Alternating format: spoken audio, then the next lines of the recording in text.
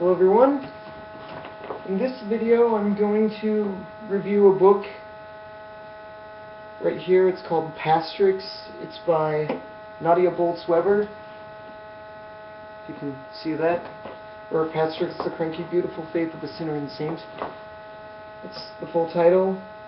And basically it's just different stories from her life where she came to some sort of idea, some sort of spiritual or theological idea. And I think the little thing at the top, written by A.J. Jacobs, author of The Year of Living Biblically, says, Nadia Bolz-Weber is what you'd get if you mixed the DNA of Louis C.K., Joey Ramone, and St. Paul. And I think that's a decent way of summing it up. I mean, part of it is, I've known about her for a while. She's a very, I mean, look at this picture. I mean, arms covered in tattoos. She does not look like your typical Christian pastor. I mean, she swears like a truck driver. She has a daughter in a rock band. During her tour to promote this book, she raffled off a gift certificate to a tattoo parlor and a Ramones cassette tape, along with cotton candy and a ham. So she's, yeah, I mean, but anyway, onto the book. She tells basically different stories. Each chapter is basically a different story about, I think, from her life. It's somewhat non-linear, and she talks a lot at the beginning. She talks about sort of her fundamentalist upbringing and kind of what led her away from that, and she then kind of looked at the Quakers and how she definitely found something very special with Wicca.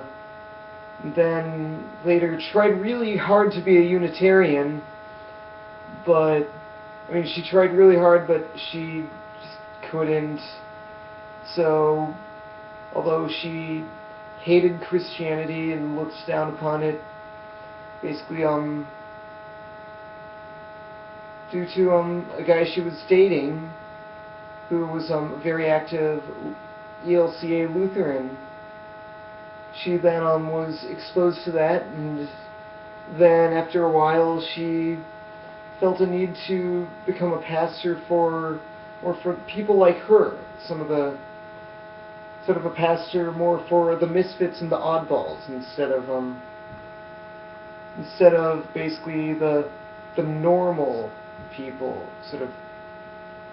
And that was sort of what she felt. And then most of this book, I think, is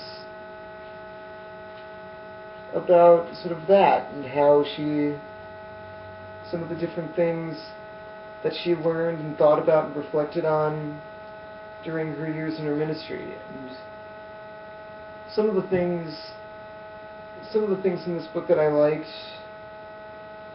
that stand out for me are things like her and her church having the Stations of the Cross. They had each part of sort of the story of Jesus heading to be crucified using modern day photos of war victims, and she really talks about sort of how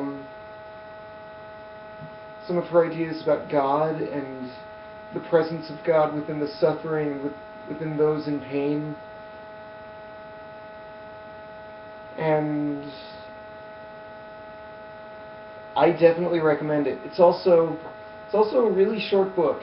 It's comparatively short, and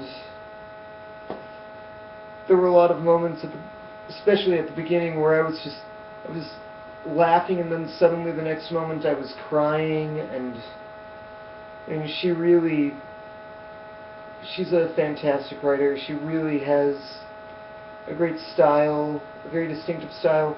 But as a warning, there are a few swear words in this book, so yeah, if you want a book with some swear words, then get this one. I mean, the first word in the whole book is shit.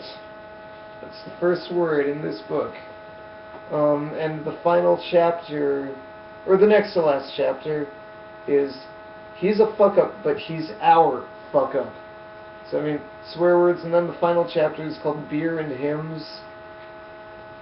And in it, I mean, one of the things that's interesting about this book is there really isn't a final thought or a conclusion chapter wrapping everything up.